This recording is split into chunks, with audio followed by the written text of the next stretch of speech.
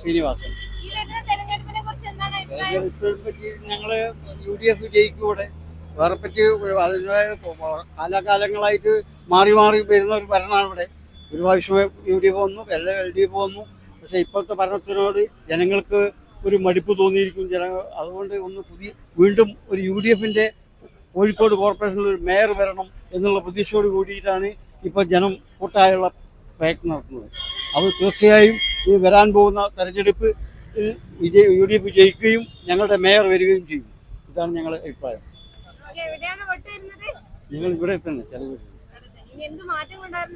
മാറ്റങ്ങൾ ഇപ്പം ഞങ്ങളുടെ സ്ഥാനാർത്ഥികൾ ഇവിടെ ഡിക്ലറേഷൻ നടത്തിയല്ലോ.